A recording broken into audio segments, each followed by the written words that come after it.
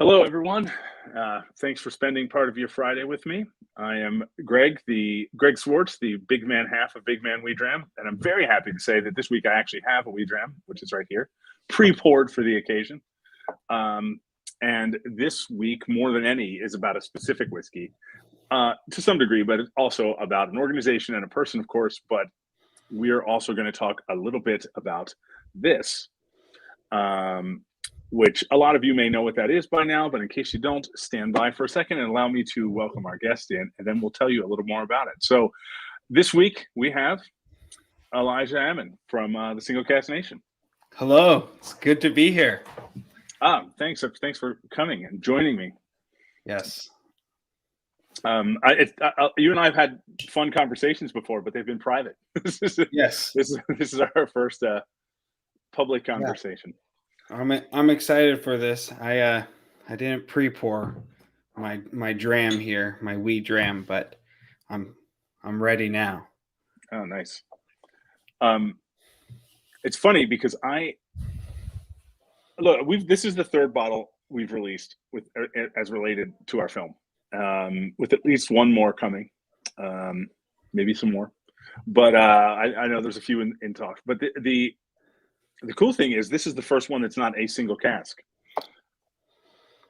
and it's delicious. It's really it's fantastic whiskey. Yeah, I don't know if you want me to, because I've seen you on Instagram. You kind of did just a quick little 5-minute or so breakdown of this, but just before we get into it, go for it. Yeah, so the logistics, how the sausage was made with this whiskey. It's an undisclosed island distillery, not to be confused with Isla. Had that conversation many times. And this is, although it's a Single Cask Nation bottling, it's not a single cask, like you said. This is a vatting of 6 casks. 5 of them were unpeated ex-bourbon matured whiskey here. And then one of them was peated ex-bourbon matured whiskey. And then it's bottled at 48.8% ABV. And it's one of 1,600 bottles nationwide, US only release, unfortunately. But and this label is beautiful too. I'm not usually if I see a fancy bottle on the shelf, I've kind of, not saying evolved, but usually my selection isn't determined by a standout bottle on the shelf. But I don't know, you can't help but enjoy. Everybody loves sheep. Yeah. There is a little story behind it.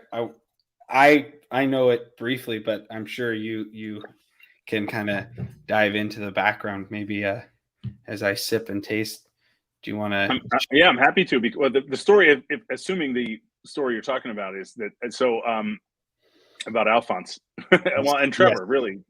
So a lot of times independent bottlers can say the name of the distillery where whiskey comes from for various reasons, and sometimes they can't.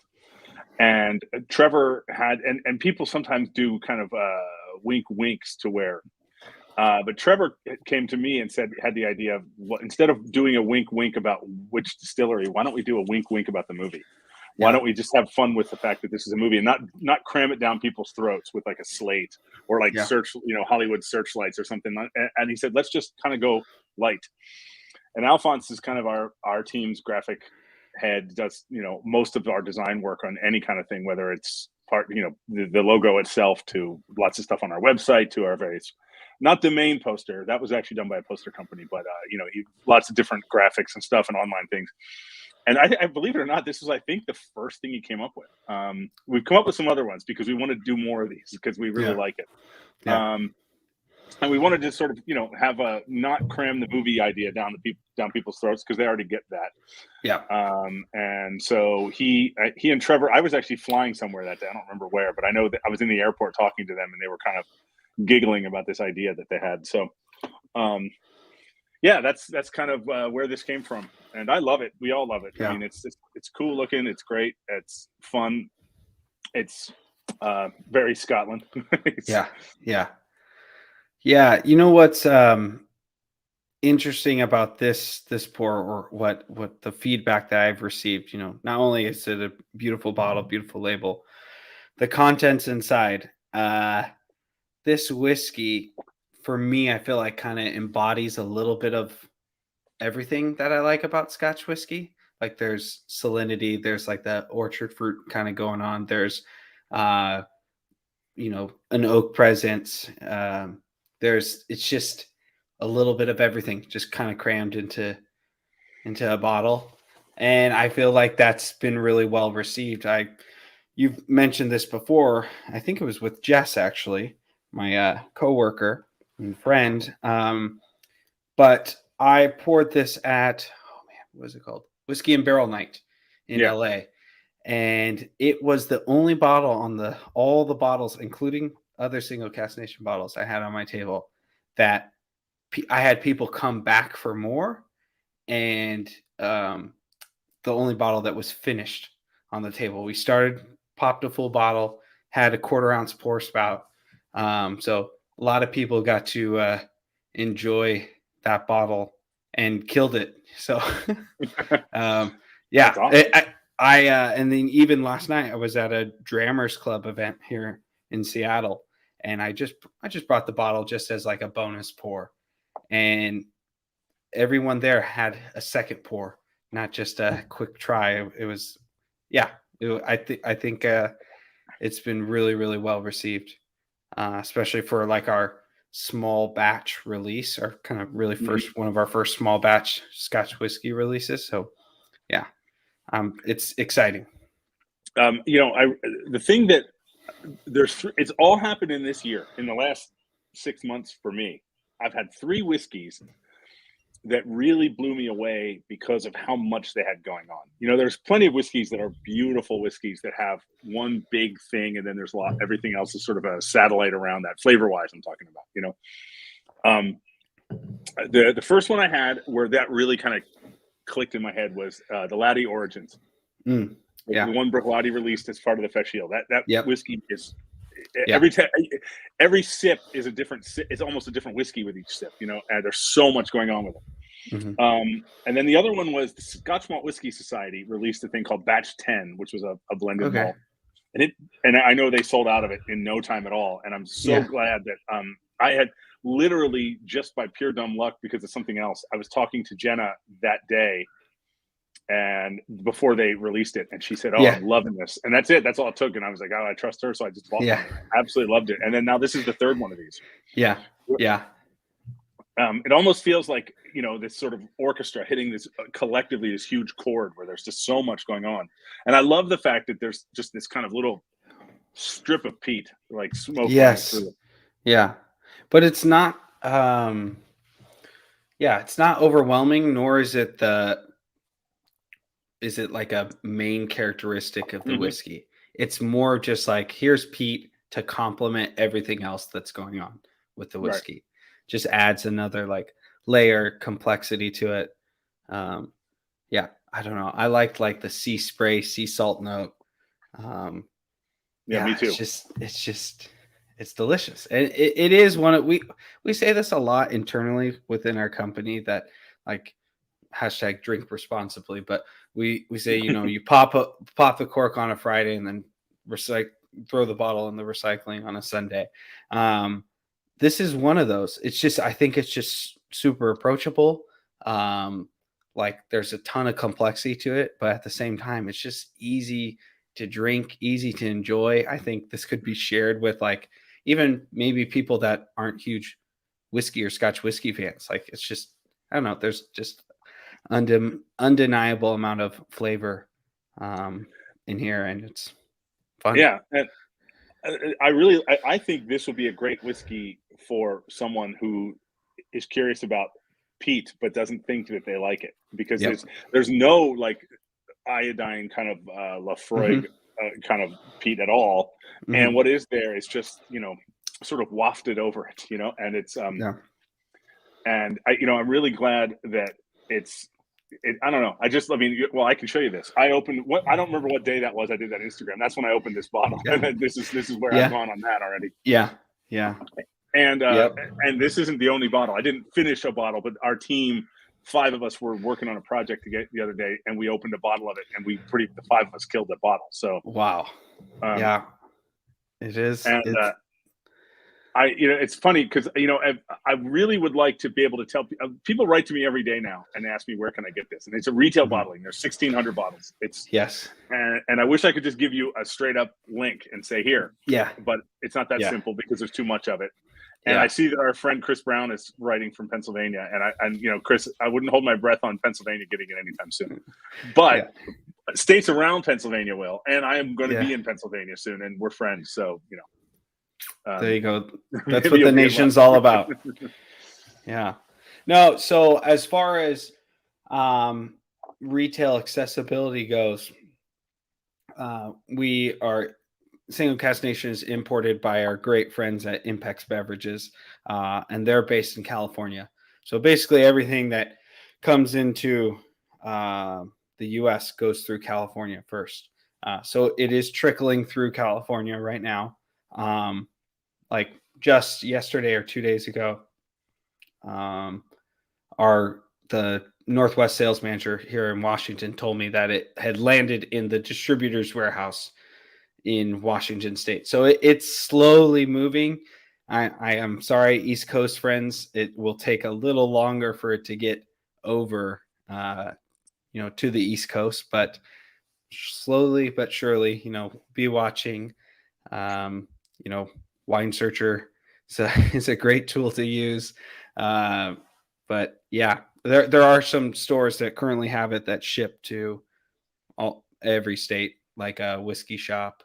I believe Mixing Glass even has some as well down in Orange County area. So it's getting out there.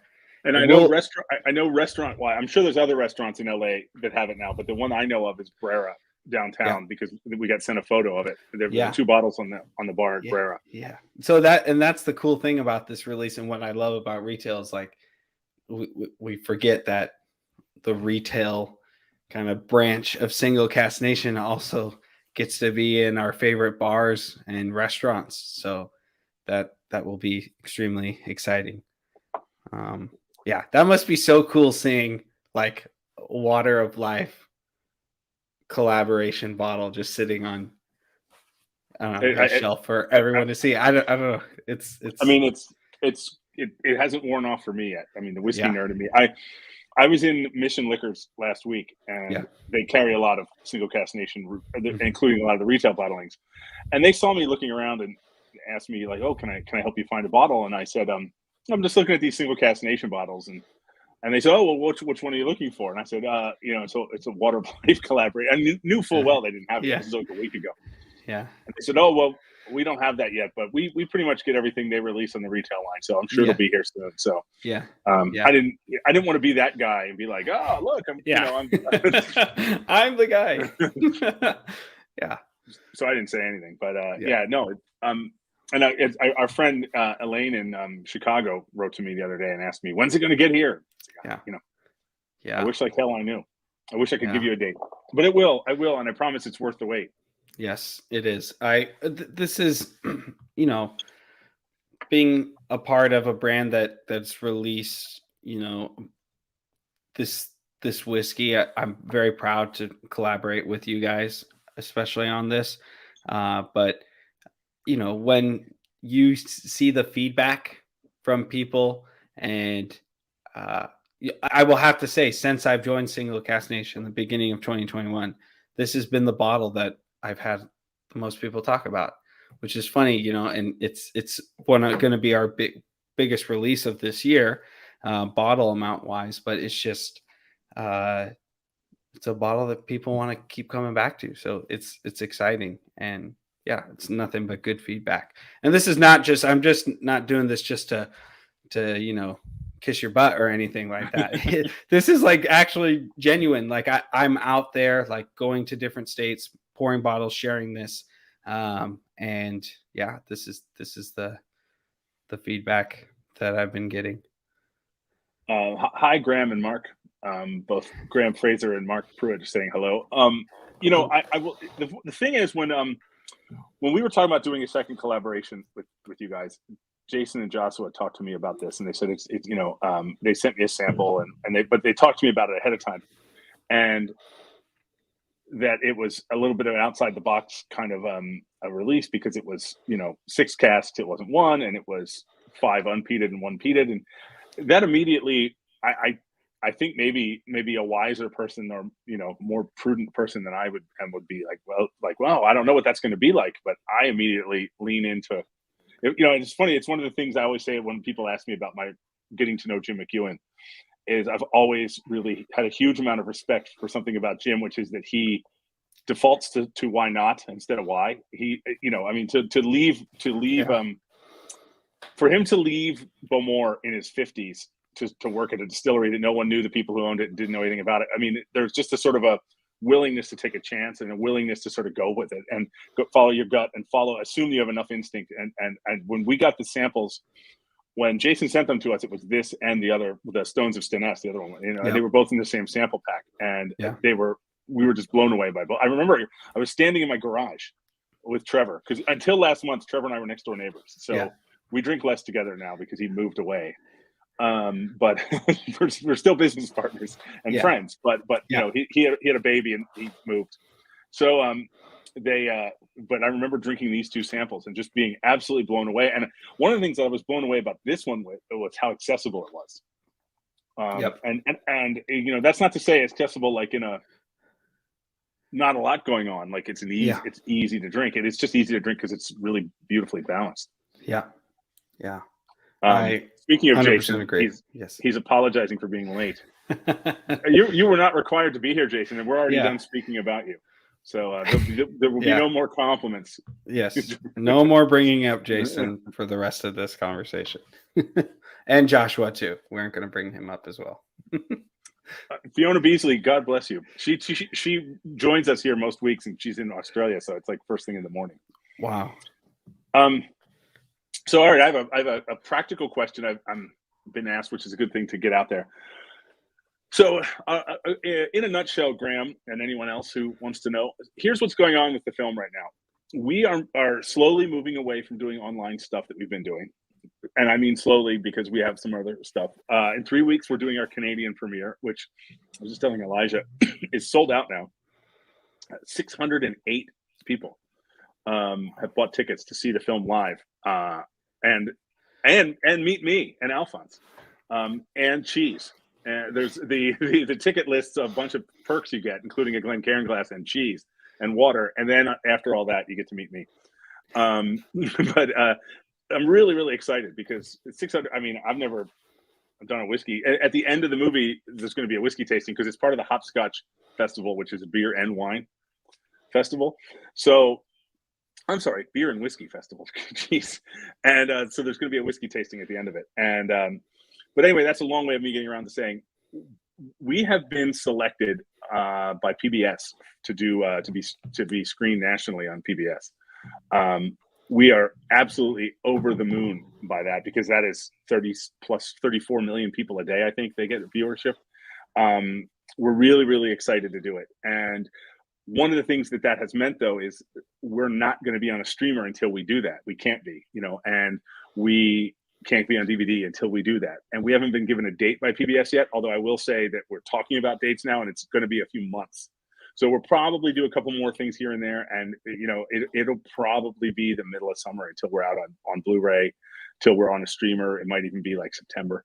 But I promise you, it's for the best reasons for us. I mean, we're so excited to take the film out to, at this point, 4,000 or 5,000 people have seen the film. This is an opportunity for millions to see it. So it's just such I mean, I don't even know. I'm so thankful and we're so blown away by it. And it's funny, we're going through all the paperwork we have to submit to PBS right now, and it's pretty daunting. It's real. It keeps getting rejected, and not for any like big reasons, just because I'm new at this. As I told them yesterday, I'm a filmmaker, not a film seller. Wow. I'm being told that we froze. Fiona Beasley wrote that we froze. Well, maybe not. Maybe other people. Well, maybe someone else can tell us if we've frozen or not, because everything looks fine. The Alamo Draft House. Mark Pruitt's asking. We are trying to do some events with Alamo Draft House, not just one in LA, but around the country. That's a little bit still up in the air. But I hope so. I really think so. And we've had some new stuff just come up today. So even though what we're doing is changing a little bit, it's for the best possible reasons. So enough on that. Sorry, Elijah, I didn't want to sideline you there. No, but I do want to get that out to people because we get asked that all the time. Yeah, that's exciting. I was asked that question last night too as I was pouring out this bottle. Like, how can I watch this? Like, when can I watch this? Charlie mentioned you're doing an event with him early next month. So there's opportunity there too. Well, and the other thing is people can see the movie right now. It's on pay-per-view through our website. Here, I will put a banner up if anyone wants to see that. I'm excited. Here we go. There you go. Waterlife Film /partners. There's a couple of different links on there that are active right now. They all go to the same place, to be honest with you. But yeah, we're doing an event with Drammers. We're doing this thing with Hopscotch. We're doing a thing in Edmonton. We just got invited to a film festival in Australia. Got to work out the details on that. We're doing an Australian event that I'm not going to be at, but in a couple days. We're doing some Japan. In 2 weeks, we're starting doing live online events in Japan, and we're going to do some in-person events in Japan in the spring. So, wow, we're not going anywhere anytime soon. It's funny. Back to this whiskey now. Yes. This is it's the funny thing is the other day I put 3 drops of water in a glass of this, and I was really blown away by how much it changed. Not that it needed to be changed, but it just it really. What did you see adding water or taste adding water? Well, it definitely kind of softened the salinity. Okay. And it definitely kind of made some of the kind of orchard fruits a little more accessible, along with that kind of vanilla, that kind of ex-bourbon, the wood and vanilla kind of influence there. Yeah. I think even since we started talking, the whiskey is kind of developed, if that's the right word. First it was all that salinity that you're talking about, that sea salt spray, but now it's just soft, kind of almost reminds me of like a Werther's. Sure. Yeah. Fruit. Yeah. It always every now and then I get this note on whiskeys where it's like, it reminds me of the various candies my grandmother would keep in a dish on her coffee table, including Werther's. Yeah. Oh, that's how I got into Werther's, was grandma's candy.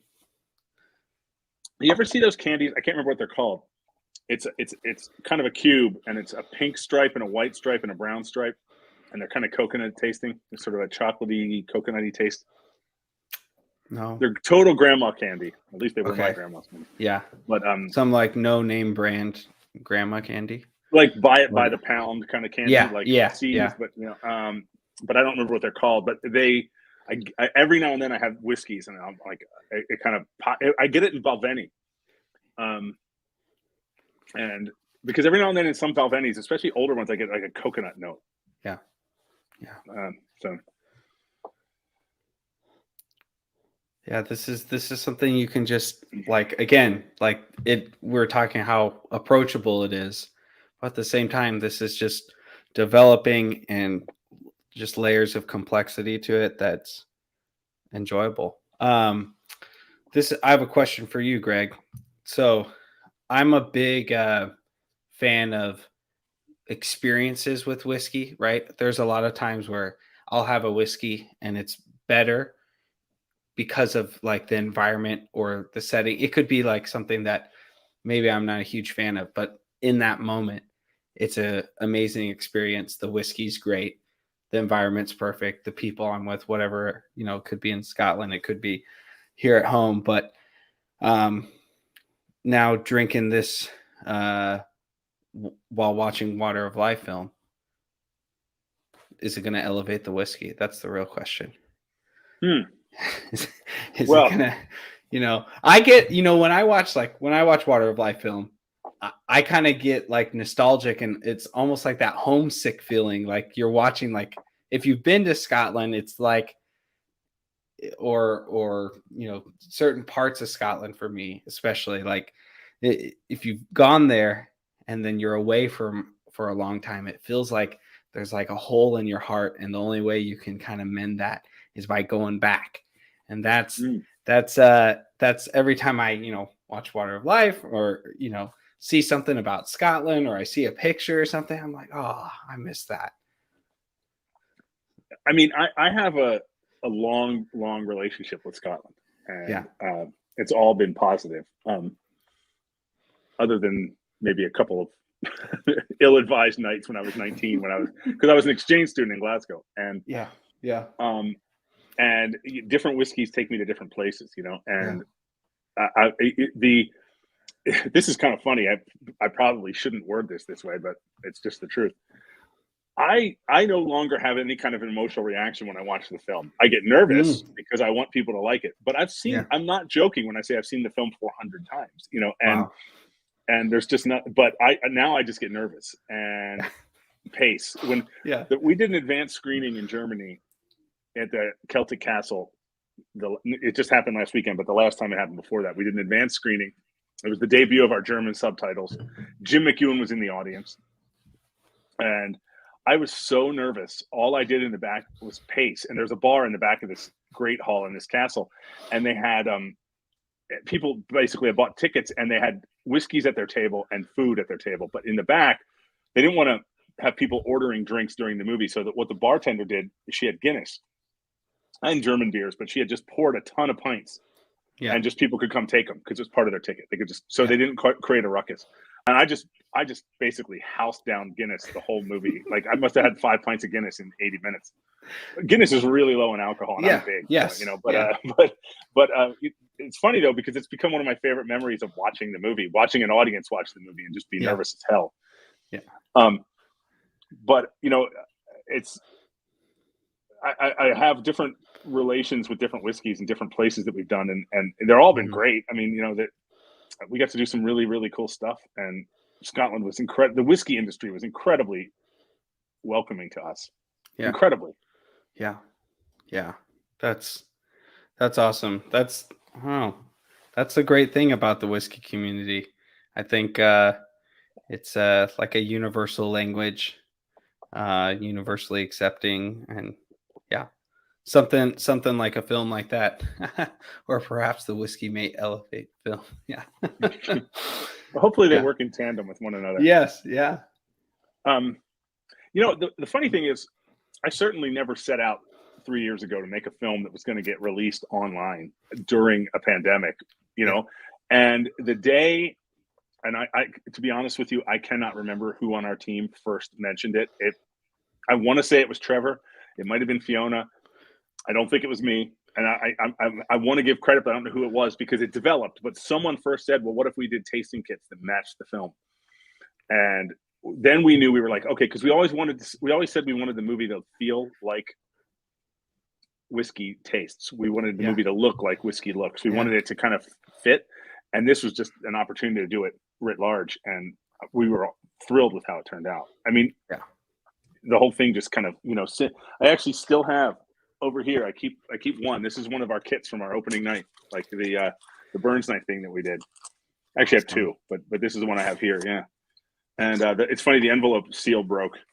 So it's still sealed, and got the little card from I mean, I say that like it was ages ago. It was only like 9 months ago. But well, pandemic time is a lot different than pre-pandemic times. Everything feels a lot longer than it is. Yeah. For sure.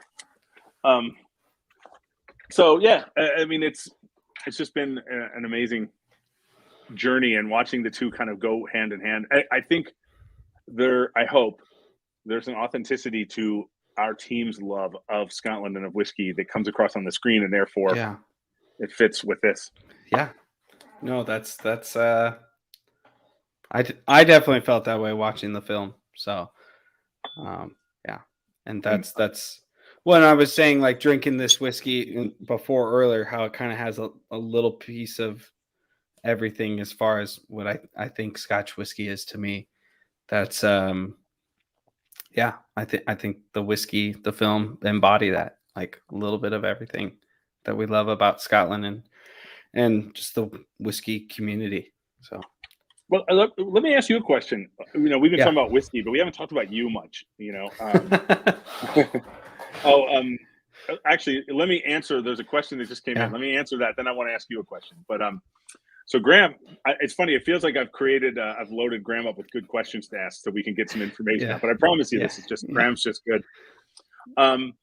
So we've been working on a film. We shot so much footage at independent bottlers. We spent a week at Gordon MacPhail, and we used it in the film, but I never felt we used enough of it in the film. I thought there was an interesting angles to be played there that we just did not manage to get into the film, and we didn't want the film to get longer.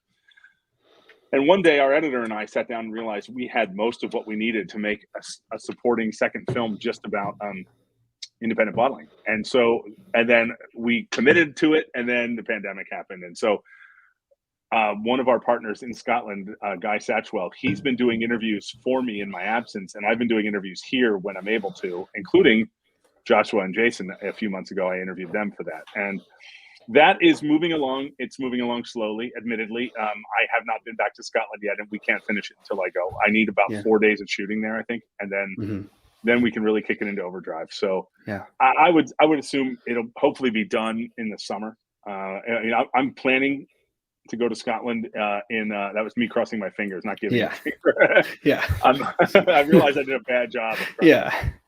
I'm hoping to go to Scotland in February, and so that would put it in the summer. So so anyway, I have there's a question for you, I believe. I'll let you answer this. Did we disclose the non-disclosed distillery yet? Well, we can't. Yes, so, we did not disclose the non-disclosed distillery. But in my conversation with people, when people ask that question, is like, I ask the question back to them, do you like the whiskey? And every time it's been yes. And I'm like, well, if you like it, it doesn't really matter. I think, we've given as much information as possible, and we'll just leave it to the nation and, to all the water of life enthusiasts, for them to kind of play Sherlock Holmes and, figure it out themselves. How many island distilleries are there other than Islay? 5? I mean, there's not many. Yeah. Well, it's growing too. Torvig, but Torvig. I can tell you, this is too old to be Torvig. Yeah, there you go. Yeah, there's and Rosse as well. Like this is too old. We didn't disclose the age. It's 5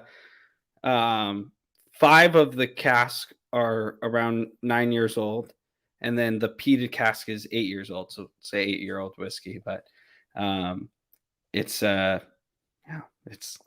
delicious, and I don't know. We'll leave put your best guess in the comments. So anyway, I wanted to ask you about your intro to whiskey. Mm-hmm. Like, people always ask me about my first whiskey, and I don't have, my story's more debaucherous than respectable. To give a little context about me, I've got the personality that I get a little obsessive. Like, as soon as I get locked into something, I've got to learn everything about it. And that was me growing up with different things. Like, for example, one great love that I have is Star Wars. It's that nostalgic feeling that I get, and now it's kind of translated with whiskey and my experiences with whiskey. But what got me into whiskey, and this is kind of dating me as far as my age goes, but it was really YouTube. Like, there was one day, and actually I can thank Ron Swanson too as well. So this was You're not alone in that. Oh yeah, no, this is, I'm proud to say it. Like, early in my whiskey journey, I was like, oh, Ron Swanson, things like that. But now that, Nick Offerman has 2 of his own bottlings, like, I can proudly say it now. But it was early 2014 that I was like, I had saw on a Park and Rec episode. I think it was like one of the later seasons where he goes to to Scotland. Yeah. And I it was like always a birthday present, right? Or something yeah. They're in like London, and then he goes to Scotland towards the end of the episode. And I had always heard him reference like Scotch whiskey and Lagavulin and things like that.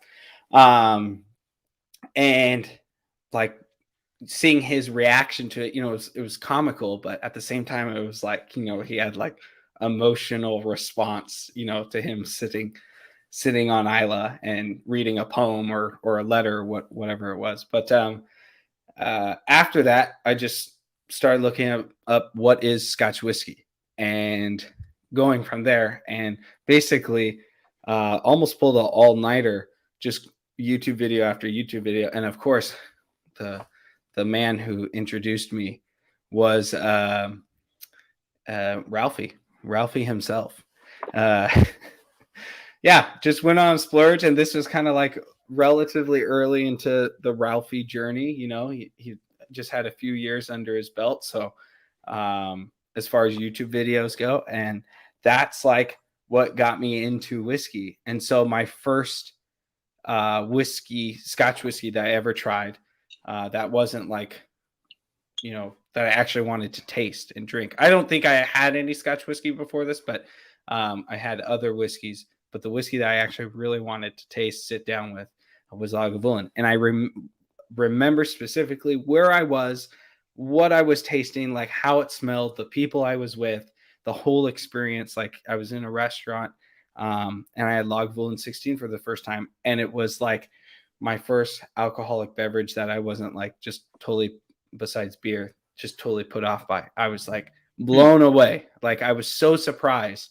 And from there, that kind of started my obsessive journey with whiskey. And then I remember my first bottle was Johnny Walker 12 Black Label, because that's what I could afford. And then I saved up for Lagavulin 16, and then just kind of went from there. That's what started it for me. And then 3 years later, I had the opportunity actually going to.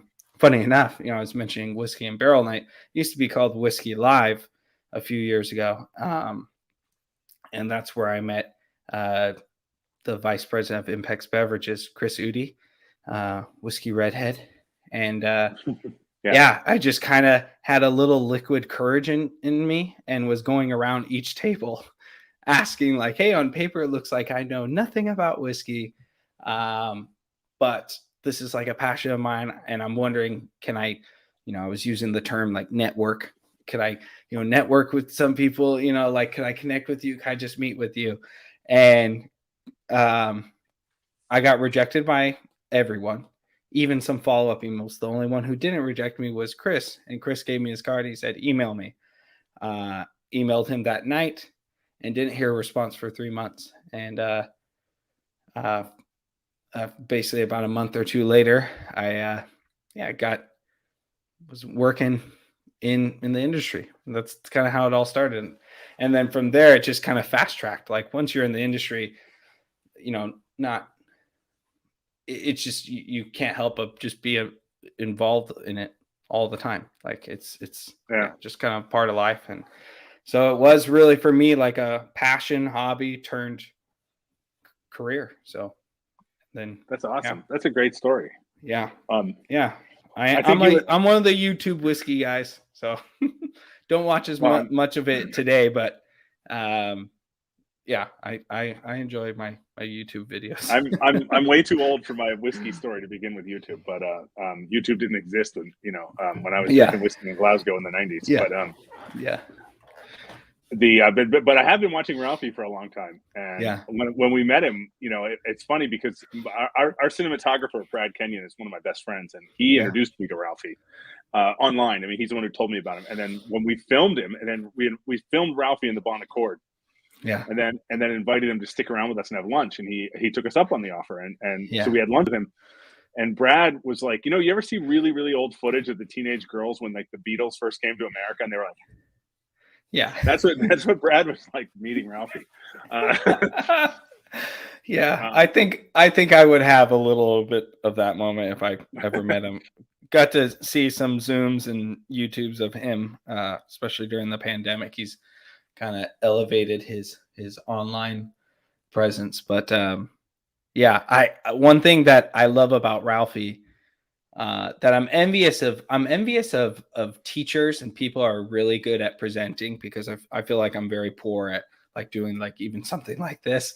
Um, I, listening to Ralphie, my whole thing that kind of got me sucked into what he was doing is his ridiculous like tasting notes, in a way, like ridiculous in the most positive way possible.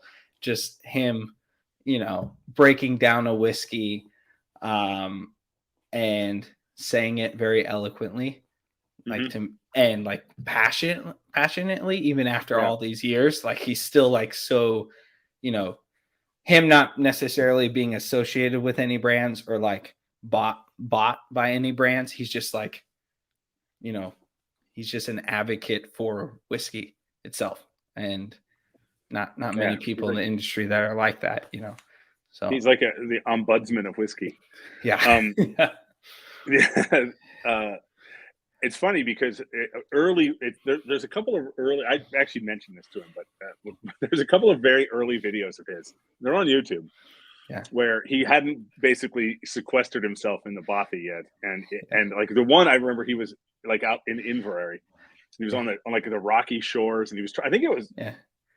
There were two that I remember that were really comically bad, and I mean, and he has a sense of humor about it, like where trucks kept driving by and like blowing the sound. There's like, and like to the point that you'd see like the wind. He was close enough to the road that like the wind would blow his hair, and all you hear is this. And then there was one he did a Finlagen review at the Finlagen Castle on Islay, and all you can hear is this. Wind the entire time. So he redid the video. He like made a whole new video of it. Yeah, there was a. That's the cool thing about YouTube, though. You can watch people grow into it. Yeah, it is. It is funny. I still think he's still uncut, and like he's not he's just like a one clip and go kind of guy, no edits. But yeah, there was one video which I think is the funniest, and I don't remember the review or what bottle it was. But he had like a chalkboard, and he was presenting a bottle, and then I think he was talking about like maturation, and mid video, like it was just a genuine uncut response, because he doesn't edit it. He was moving the board, and he knocked the bottle down, and you could see his eyes just get big, and like him almost just slip and freak out at this bottle, like just literally almost smashed. Unfortunately, it didn't smash, but he just shook it off and he kept going. That was just amazing to me. Like uncut, like someone could have just edited that out or something, but nope, he just put the bottle back on his cask and kept going. But yeah, that's why I appreciate the guy. So yeah. Well, that's cool. That's I drank whiskey in the Bonaccord before Paul McDonough owned the Bonaccord. Wow. Which is both a testament to how old I am, and also a testament to it's just cool. I was too dumb and young to appreciate it, but I mean, we did. A guy took an older student from the university, took us there, and he got us a flight of different whiskeys to try from every different region. And I remember this was in the 90s. There weren't the options there are now. And I remember the one I really immediately took to was the Glenlivet. And so I bought a bottle of Glenlivet and, took it back to America and kept it for a long time. It was like this precious thing to me, It's been a fun journey. I saw Graham said about his first experience was Ardbeg in the late 90s. That's a pretty good. Yeah, that's a good start. Yeah. Wow. Well, it's funny. I mean, Lagavulin and Ardbeg are not really beginners whiskeys, Yeah, no. But 90s Ardbeg, which probably all whiskey at that point, all whiskey from when the distillery was before it was closed or mothballed for a while. So that's pretty impressive. Yeah, I don't know. It's fun.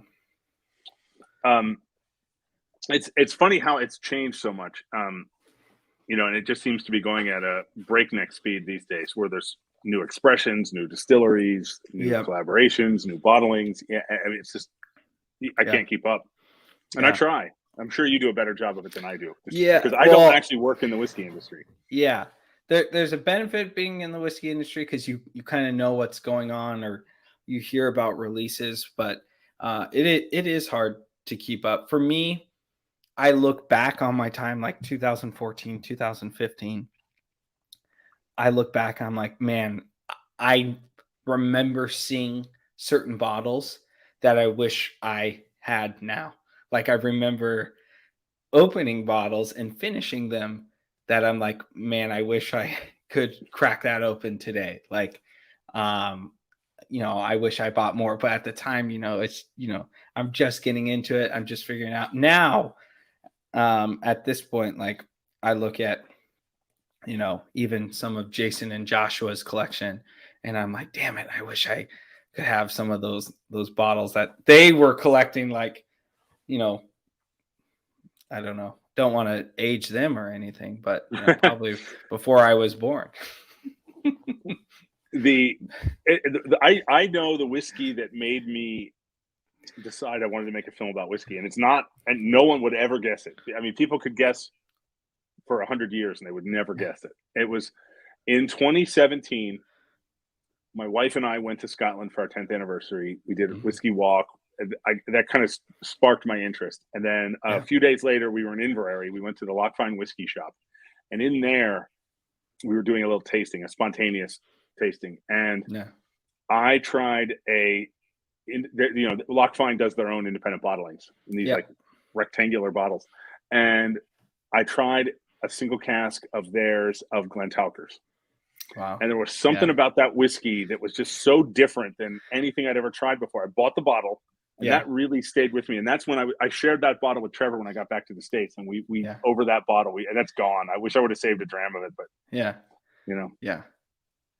was that your first exposure, first kind of falling in love with independent bottlings?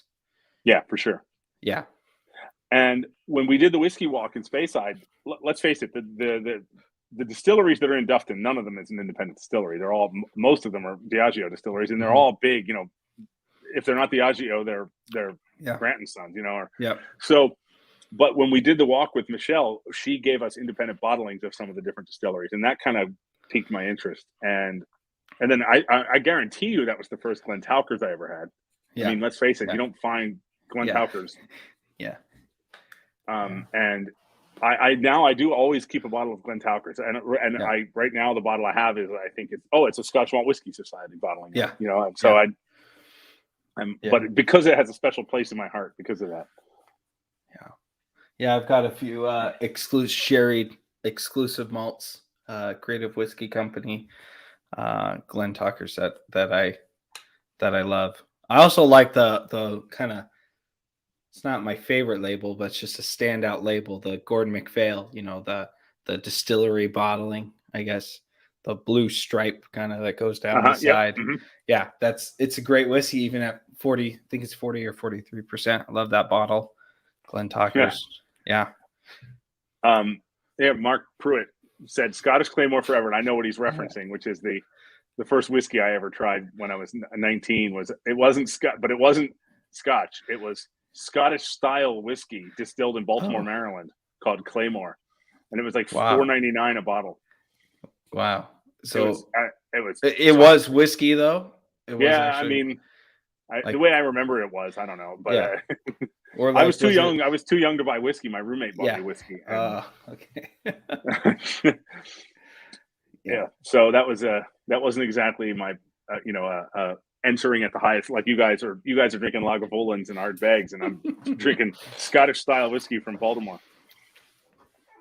Scottish style whiskey. Yeah, I'm eager to see I would love to know how whatever that company was got around that. I mean, that's probably how they did it. Creative wording. Yeah. But I've had a long time love affair now with independent bottlers, and just especially because there's a couple of different brands, a couple of different distilleries that make whiskey that you never see or rarely see in official bottlings. And when you try them at their essence, they're hard to forget. Linkwood, Clynelish. My favorite is Del Ewan among these. Glentauchers is another one. Altavane. Yeah. That's exciting. We I know I've heard this before that you like Dalian. We actually, for retail release number 8, same as this bottling part of this collection, we have a Dalian that will be making its way around. Well, it's in another room, but yeah, that's another bottle that's coming around here. Keith Duncan. I'm glad Keith joined us late. He joins me a lot in here. Downing an entire bottle of Famous. When I just first read that, I thought of Famous Grouse, but a bottle of Famous Grouse. Wow. Yeah. I could see how that would leave a bitter experience. I got to tell you, Keith, I had experience like that with rum, and it's kind of put me off rum forever a little bit. I'm easing my way back into some aged rums, rum agricoles and stuff now, but I had a bad young experience with some rum. It was a life changer. Yeah. It's funny. I say this almost every week, but I always tell people we're going to talk for 30 or 45 minutes, and we always go over. But I never even noticed until I happened to glance. Yeah. But we should wrap this up. It's fun talking to you, and I just feel like the beautiful thing, whiskey is magic because it makes the Zoom disappear, and you just kind of hanging out drinking. Yep. And most people, it's only 1:50. Yeah, got the full day ahead of us. So yeah. I do, before we wrap up, I want to tell people that we will not be going live next week unless I spontaneously decide to, but I don't have a guest or anything because of Thanksgiving. But I do have some really cool guests coming up. I'm really excited. Not that you're not a really cool guest too. I'm not saying that, Elijah. To be honest with you, I'm excited every week that I get to talk to people who I already know of in the whiskey industry. Yeah. But it came out the other day that Scotch test dummy Scott Bruneau has retired from his day job as a police officer and is going to become a brand ambassador for the Scotch Malt Whiskey Society. And Scott and I know each other, and he's gonna come talk to me in a couple of weeks. So that's going to be one. Got to watch that. That'll be fun. And he had COVID and lost his sense of smell and taste for a while, and it's I watch their podcast or their YouTube channel all the time, and it's interesting to watch his senses come back to him. Yeah. So I've seen. I don't know. I don't think I've seen any recent ones, but I remember early on he was doing I think every 3 months or so, he was doing a check-in on how he's gotten his senses back. And well, and I know they were using #TrustBart. Which was fun. I didn't mention this, but when I lived in Glasgow, now that I see he's commenting, he's joined us. I lived in Glasgow many moons ago, and I may have charitably fallen asleep on a night bus in Glasgow on the way back to my student flats, and a stranger who was a student as well recognized me and woke me up so I didn't miss my stop. And he's one of my best friends to this day, and he's on this Zoom right now, or he's on this StreamYard right now. Oh, that's awesome. Which is Mr. Doogie Bickett, Dr. Doogie Bickett. He's gone on to make something of himself. I've not, but that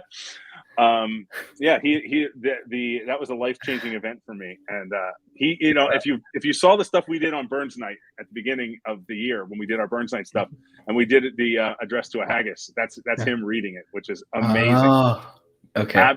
I just watched it yesterday because I've been cleaning up my computer. My computer was running out of space, and I had to move stuff off. I have so many big video files now. I had to move stuff off the hard drive, and I came across that. So anyway, yes. So yes, as someone said, we should have Keith as a guest host for the post Thanksgiving wrap up show. Mark,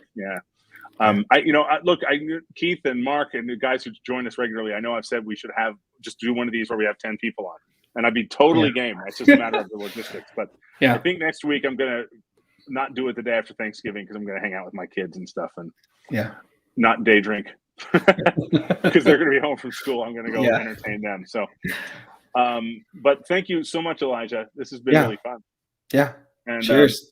Everyone, please let us know when you get your hands on these and see them anywhere. Let us know what you think because it's no bullshit. It's a killer whiskey, and I won't. People have said to me that I must have great taste in whiskey because the whiskeys we have released. And every time, honest answer is I have good taste in people. I find good people and they recommend good whiskeys to me. And that's you and Joshua and Jason, the guys at the Single Cask that did the first bottling with us. I mean, it's just, so. Yeah. But in any case, have a good rest of your Friday. Yes. Cheers. This is a fun afternoon break. I needed this. I did too. I had quite a morning. So yeah. Yeah. Cheers, everyone. Cheers. See you in 2 weeks.